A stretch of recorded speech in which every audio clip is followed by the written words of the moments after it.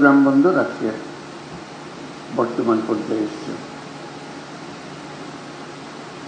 কিন্তু বরাবরই দুঃখ এটার পরিবর্তন এত শ্লথ কেন?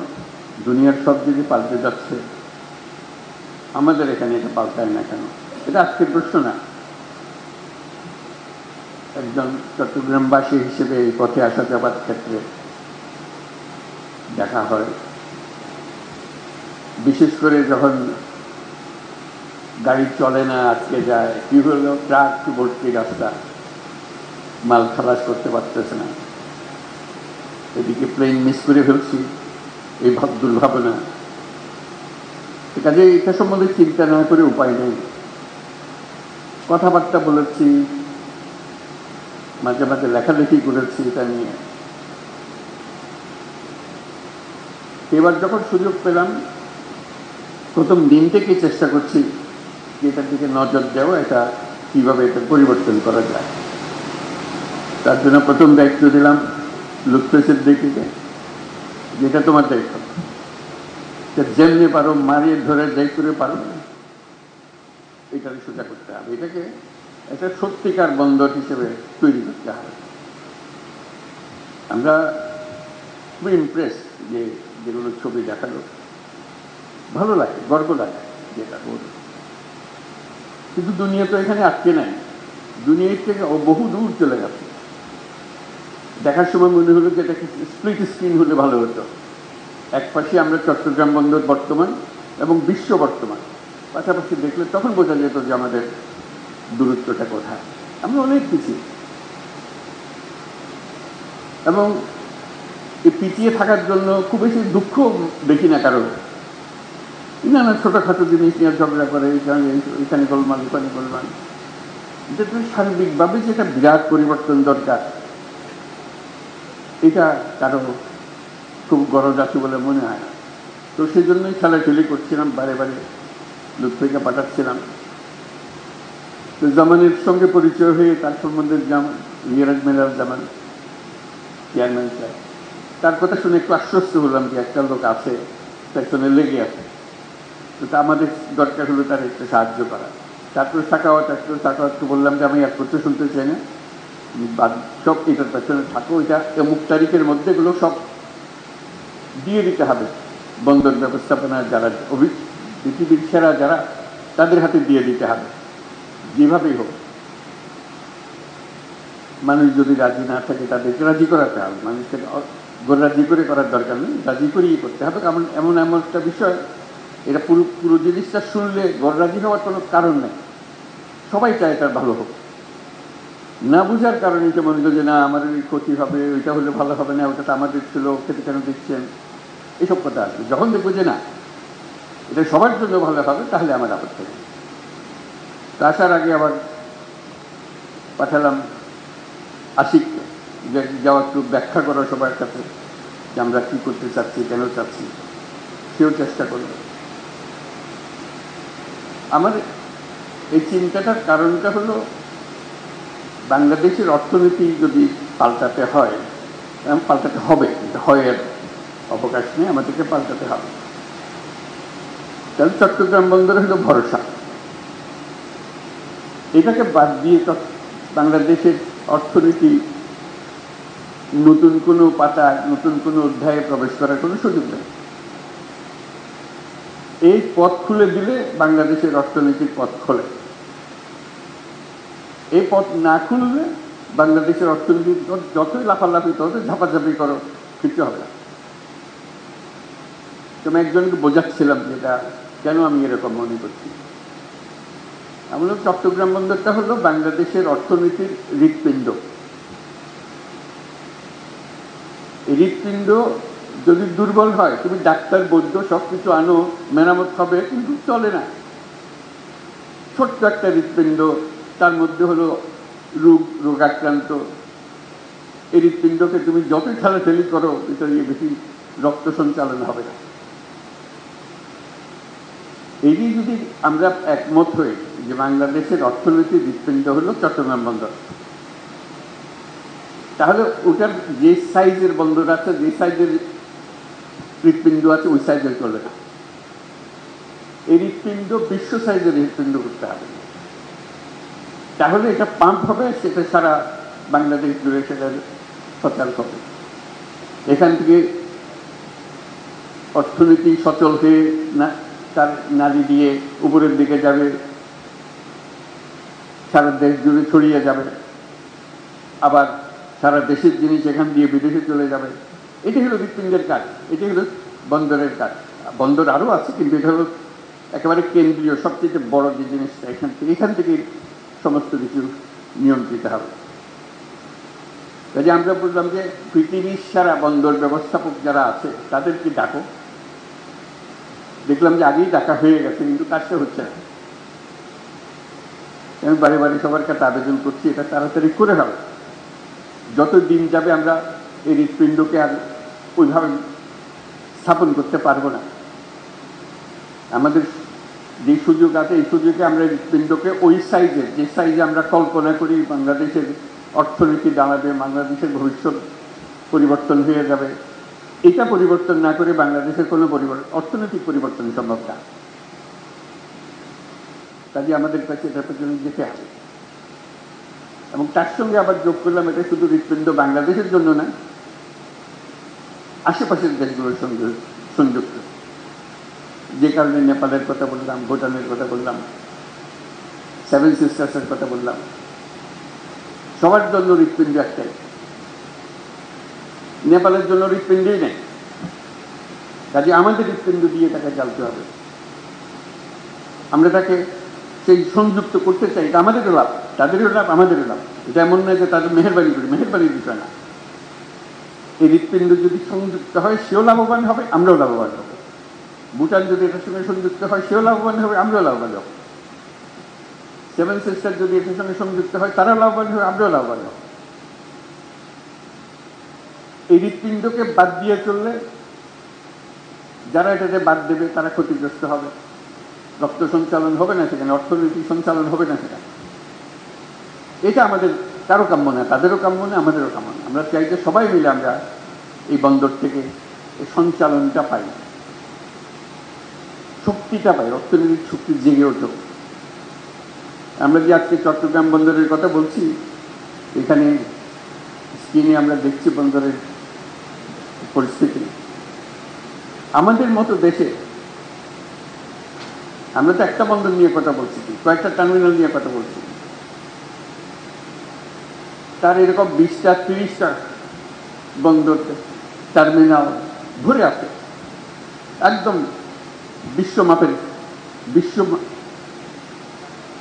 সাইজে বন্দর এগুলো। সেখান থেকে তাকালে আমাদেরকে খুব ক্ষীণ মনে হয়। এই হৃৎপিণ্ড দিয়ে তো রোগী বেশি দিন টিকবে না, টেকানো যাবে না। কাজে এটাকে শক্তিশালী করতে হবে, এমন শক্তিশালী করতে ক্রমাগতভাবে এটা শক্তিশালী করতে হবে। একবার শক্তিশালী করে দিয়ে ওখানে টিকানলেও হবে না। তো সেখানেই আসে আমাদের চ্যালেঞ্জ। তো যে টিমের কথা বললাম আমরা, লুৎফে, সাকাওয়াত, আশিকর মধ্যে ঢুকালাম, আর যারা এখানে বন্দর কর্তৃপক্ষ, চেয়ারম্যান, তারা সবাই মিলে একটা বড় টিম, যেটা এই পরিবর্তনকে সম্ভব করে। মাঝে মাঝে প্রশ্ন শুনি যে বিদেশিকে দিয়ে দেওয়া হচ্ছে। আপনারা ইন্ডিয়াতে স্বাস্থ্যের জন্য যান না, দলে দলে যান, যখন বন্ধ করে দিয়েছে হাহাকার কেন যেতে দিচ্ছে না? যেদিকে আমরা এখানে স্বাস্থ্য নাই, স্বাস্থ্যের জন্য শুধু যান। কাগজ উল্টালে দেখা যায় নেতারা সিঙ্গাপুরে চিকিৎসার জন্য যাচ্ছে, ব্যাংককে চিকিৎসার জন্য যাচ্ছে, কিন্তু বন্দর না, এখানে আর কেউ আসতে পারে না। ভাই, আমাদের চিকিৎসা দরকার, তো এই হৃৎপিণ্ডের চিকিৎসার দরকার, তাহলে বিদেশি ডাক্তার আনতে হবে, তো উপায় নাই আমাদের। আমাদেরকে সবচেয়ে সেরা চিকিৎসক এটার পেছনে দিতে হবে, যাতে এই হৃৎপিণ্ড বিরাট আকারে আমাদের বানিয়ে দিতে পারে, কোনো সমস্যা যেন আমাদের না হয় কোনো কাজ। এই হৃৎপিণ্ড ক্রমাগত মজবুত হবে, ক্রমাগত শক্তিশালী হবে, ক্রমাগত বৃহত্তরে হবে। সেটার নামই তো হলো জাতি।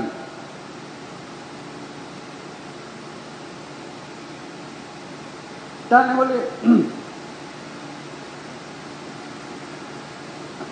আমাদের সামনে চ্যালেঞ্জ থাকে। চ্যালেঞ্জটা হলো আর 10 রকম জাতি আমাদের মতো অবস্থাতে, উপর থেকে না, আমাদের মতো, আমাদের সেটা অনেক খারাপ অবস্থাতে আমাদেরকে ডিঙ্গিয়ে শত শত মায়ের আগে চলে যাচ্ছে। আমরা কেন হতভাগা জাতি হলাম? এটা পরিবর্তন করতে পারবো না। কাজে আমাদেরকে বড় ডাক্তারকে দিয়ে কাজ করতে হবে। এটা আমাদের লাভ। একটা লাভ হলো এর পেছনে আমাদের কোনো টাকা পয়সা খরচ লাগছে না। এটা মজার জিনিস তাদের সঙ্গে। Build, operate and transfer. তোমরা বানাও, তোমরা কাজ করো, রোজগার করো, এই মেয়াদের মধ্যে আমাদেরকে দিয়ে দিতে হবে। আমরা এক পয়সা খরচ করবো না। কাজে পয়সা বেঁচে গেল, কাজটা হয়ে গেল। তারা যখন কাজে নামবে, তারা দুনিয়াতে শত শত কোর্ট পরিচালনা করে। ওরা হলো দুনিয়ার সেরা। যাদের কথা আমরা বলছি, যাদের সঙ্গে আমরা কাজ করছি, তারা হলো দুনিয়ার সেরা। যেগুলো বন্দরে যান তাদের মাথা দেখে, এই যে এখানে বসে আশেপাশে। কাজে তারা যখন একটা বন্দরের দায়িত্ব নেয়, তারা আমাদের মতো করে বানাবে না। তারা যে পর্যায়ে বন্দর চালায় দুনিয়াতে, কারণ এটা তাদের বন্দর। লিজ যখন দিয়েছি, তারা যখন বানাচ্ছে, এটা তাদের বন্দর, তাদেরকে রোজগার করে টাকাটা উঠাতে হবে। তারা তাদের সেই প্রযুক্তি দিয়ে এটাকে বানাবে। কথাটা এখানেই শেষ হলো না যে তাদের প্রযুক্তি দিয়ে বানাবে। তারা আগে যত টার্মিনাল বানিয়েছে, বন্দর বানিয়েছে, যেখানে যেখানে বানিয়েছে, তাদের অভিজ্ঞতা রয়েছে। তাদের সেই সর্বশেষ প্রযুক্তি, সর্বশেষ অভিজ্ঞতা এখানে আনবে।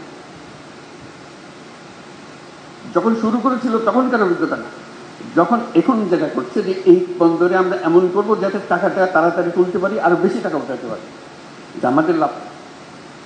তোমরা যন্ত্রটা বানিয়ে দিয়ে গেলে, আমরা এটাও চালাবো এখান থেকে, তোমাদের মেয়াদ যখন শেষ হয়ে যাবে। আমাদের টাকা লাগলো না, আমাদের অভিজ্ঞতা লাগলো না, তাদের অভিজ্ঞতা দিয়ে শুরু হলো। আমরা প্রযুক্তির শেষ মাথা থেকে শুরু করলাম, উচ্চতম শীর্ষ থেকে শুরু করলাম, সেটুকু আমরা পেলাম। যখন সবাই হা হা করে, আমাদের সব চাকরি চলে গেল। তা বললাম যে ওরা যে আসছে, ওরা কি তাদের দেশ থেকে লোকজন নিয়ে আসবে, শ্রমিক নিয়ে আসবে যে চালানোর জন্য? ওরা তো তোমাদের এখান থেকে লোক নিয়ে যায় তাদেরগুলো চালানোর জন্য। কাজে এই কারখানা, এই বন্দর চালাতে হলে আমাদের লোকে তো চালাবে। এটার থেকে গত্যন্তর নেই। কারণ আমাদের লোকে শিখিয়ে দিলে খুব সহজে সে শিখে ফেলে। তার লাভ, খরচ কম। চিন্তা করো, এক ইউরোপ থেকে শ্রমিক এনে যদি আমাদের বন্দর চালাতে হয়, ওই ব্যবসা লাভ করবে। এখানকার মানুষ দিয়ে তাকে চালাতে হবে। যদি বন্দর চালাতে হয়, বলছে তারা তো যন্ত্রপাতি এনে ফেলবে, কম লাগবে, ঠিক কথা। কিন্তু বন্দরও তো বড় হবে, ক্যাপাসিটিও বড় হবে। কাজে যেখানে আগে একজন লাগতো, এখন বন্দর বড় হওয়ার ফ্যাকাল্টি 5 জন লাগবে। প্রযুক্তি সত্ত্বেও সেটা রয়েছে। আমার দৃষ্টি সেটা না, সেই যুক্তিকে আমি বলি না যে হ্যাঁ চুক্তি। আমি বলি যে যদি 5 বছর লাগে, আজকে কন্ট্রাক্ট দিয়ে দিলাম, সই করে দিলাম, 5 বছর লাগবে ওটাকে বন্দর হিসাবে পরিচালনা করতে। ধরলাম 30 সাল, 30, 31, 5 বছর। 5 বছর পরে তারা কাজ শুরু করলো, সত্যিকার। এর মধ্যে কাজ শুরু হবে, কিন্তু সত্যিকার ফুল স্পিডে কাজ শুরু করতে হবে। ইতিমধ্যে যারা তাদের সঙ্গে কাজ করলো, আমাদের লোকজন যারা কাজ করলো, তারা কিন্তু অভিজ্ঞ হতে আরম্ভ করেছে। ক্রমে ক্রমে তাদের উপরে ভরসা করবে। এর পরবর্তী 5 বছর আমি একেবারে গ্যারান্টি দিয়ে বলতে পারি, যদি 31 সালে তারা কর্মক্ষম হয়ে যায়, চালু হয়ে যায় সব কিছু, আর 5 বছর 36 সালের মধ্যে পৃথিবীর যত দেশের যত বন্দর তারা চালায়, এই সমস্ত টপ কোম্পানিগুলো তাদের বহু জায়গাতে বাংলাদেশিরাই পরিচালনা করবে। এখান থেকে এত এক্সপার্ট হয়ে গেছে, ওরা যেহেতু তোমরা চলে গেলে সস্তা, তাড়াতাড়ি শিখে, বেশি হামলা হুজ্জত করে না, এবং তাদের বুঝে নেওয়ার ক্ষমতা সাংঘাতিক। দেখবে যে বন্দরে পা দাও পরিচালনা কি হচ্ছে, ও তো বাংলাদেশি ডিরেক্টর আমাদের, ও বাংলাদেশি সেখান থেকে গিয়েছে। কোথা থেকে এসছে? ও চট্টগ্রাম বন্দর থেকে এসছে। চাকরি কমবে না চাকরি বাড়বে? আমরা বুঝতে চাই না কেন? মানুষ তার নিজের প্রয়োজনেই এটা করবে।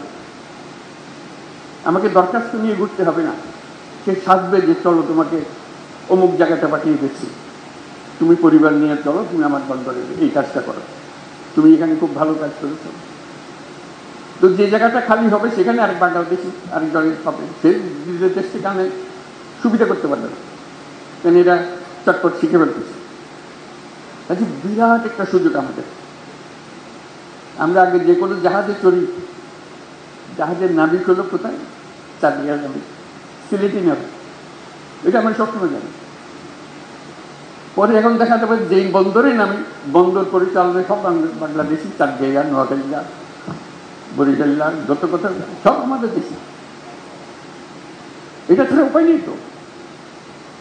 আমাদের সেই ক্ষমতা আছে, সেটাকে অবজ্ঞা করে আমরা পাশ কাটিয়ে চলে গেলে আমাদের কপালে আমরা দুঃখ দিলাম।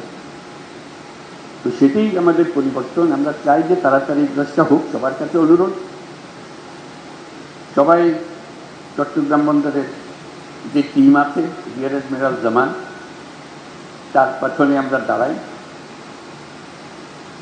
আপনি কি করতে চান আমাদেরকে বলেন, আমরা এই আপনার দলে শরিক হলাম।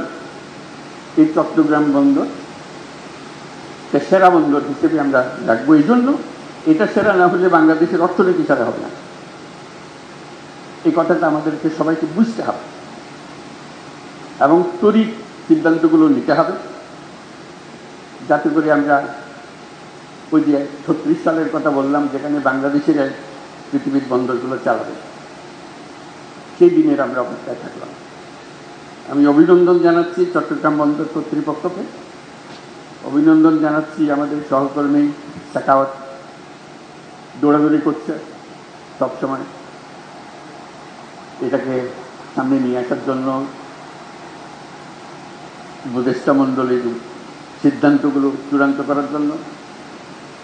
আর যারা লুৎফে, আশিক এবং অন্যান্য যারা এই পেছনে শ্রম দিচ্ছে, যাতে কি লোকজনকে বোঝানো যায়, তাড়াতাড়ি অগ্রসর হওয়া যায়।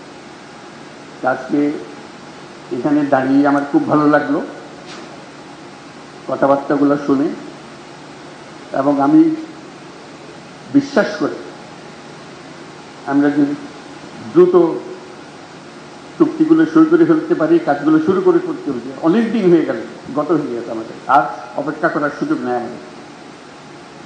যতদিন অপেক্ষা করব আমাদের এই হৃৎপিণ্ড এত চাপ পড়বে যে একদিন কলাপস করে যাবে, পারবে না, সহ্য করতে পারবে না।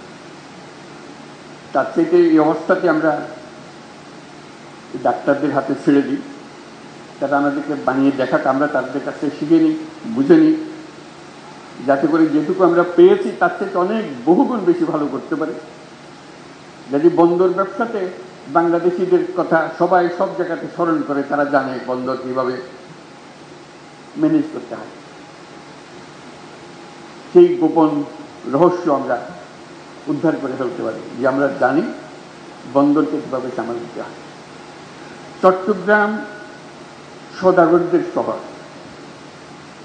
এই নিয়ে চট্টগ্রামের কাজ হলো সওদাগর। নৌকা নিয়ে, পালতোলা জাহাজ নিয়ে কি কোথায় চলে গেছে, এখানে ভিড়িয়েছে। তার আগে এসেছিল আরবরা, এসেছিল পর্তুগিজরা, এসেছিল, কিন্তু বাংলাদেশে চাকদার লোকই এই বৃত্তি হিসেবে নিয়েছে সওদাগরে। তারা ব্যবসা চেনে। চাকরির কথা বললে চাকরি কেন করবে, বুঝতে পারে না তারা চাকরির কথা বলে। যে লেখাপড়া করে, কি জন্য লেখাপড়া করবে, ও চাকরি করবে, চাকরি করে করবে। আমি তো দোকানে বসে দিয়েছি তাদের, আমাদের বাবা মারা আমাদেরকে দোকানে বসে দিয়েছি, আমিও দোকানে বসছি। তারা চিন্তা করেন যে চাকরি বলে একটা জিনিস হতে পারে, তারা সদাগর। তারা দেশ বিদেশে যাবে, ব্যবসা করবে, যার ছোট জাহাজ সে ছোট জাহাজ দিয়ে চলে। ছোটবেলায় দেখছি জাহাজ আসতেছে মাল ভর্তি হয়ে, বিশেষ করে ধান চাল এগুলো আনতো, বার্মা থেকে আনতো, খালের ভেতরে, পাশের বাড়ির খালের মধ্যে এসছে। এই হলো আমাদের। তা আমাদের রক্ত হলো সদাগরের রক্ত। আর চট্টগ্রাম হলো এই সদাগরের পীঠভূমি। এটা ছেড়ে দিলে, এদের হাতে ছেড়ে দিলে দেখবে এটা শুধু চট্টগ্রাম বা বাংলাদেশ না, সারা দুনিয়াতে সেটা তারা করে দেখাবে। নোয়াখালীর লোক, সিলেটের লোক, আজকে সিলেটের মানুষ বিলাতে গিয়ে হলো কেমনে, ওই জাহাজে করে চলে গেছে, রান্না করেছে, ওখানে আগুন দিয়েছে, এই করতে করতে চলে গেছে, সারা দুনিয়াতে ছড়িয়ে গেছে। সেই আমলে যদি তারা এত দুনিয়াতে ছড়িয়ে যায়, আজকে বন্দর ব্যবস্থাপনায় যারা যুক্ত হবে বাংলাদেশে, চিন্তা করেন তারা কোথায় কোথায় যাবে। দুনিয়ার হেন বন্দর রাখবে না যেখানে বাংলাদেশে নেয়, এবং টপ ক্লাস সার্ভিস তারা দেবে। তো সেটাই হলো আমাদের ভবিষ্যৎ, সেটা আমাদের রক্তের ভেতরে আছে, আমাদের ঐতিহ্যের ভেতরে আছে। আমরা যেন এটাকে অবহেলা না করি, আমরা সবাই একমত হই, একযোগে এগিয়ে আসি, যেন আমরা সেটাকে সফল করতে পারি। এবং কিছু দিনের মধ্যে, অল্প কিছু দিনের মধ্যে, দীর্ঘদিন অপেক্ষা করার দরকার নেই, অল্প কিছু দিনের মধ্যে আমরা সেটা করতে পারি। আমাদের অর্থনীতি এটা বিশাল অর্থনীতি হবে যদি আমরা চট্টগ্রাম বন্দরকে বিশাল হৃৎপিণ্ডে পরিণত করতে পারি। আর বাকিগুলো এমনিতে হাজির হতে আরম্ভ করতে। বন্দর ফ্যাসিলিটি দিলে এই পুরো বিস্তীর্ণ এলাকা, যার রক্ত সঞ্চালন যার এলাকাতে হবে, সেটা পেলে যে কোনো ব্যবসায়ী এসে এখানে বিনিয়োগ করবে, তাকে অনুরোধ করে আনতে হবে না, তার নিজের টানে সেখানে আসবে। যদি আমরা এটা করতে, আমরা ডিজিটালাইজেশনের কথা বলেছি, সব কিছু দরকার, কিন্তু তার আগে স্বপ্নটা দরকার, যেটা আমরা করবই। সেটাই আমাদের আজকের থেকে আমরা এটা করি, সেটার জন্য আমরা সবাই দেখতে পারি যে এটা সচল একটা বিরাট হৃৎপিণ্ডে পরিণত হয়েছে, এবং তার সঙ্গে বাংলাদেশের অর্থনীতি দ্রুত বেগে পরিবর্তিত হতে আরম্ভ করে। সবাইকে ধন্যবাদ।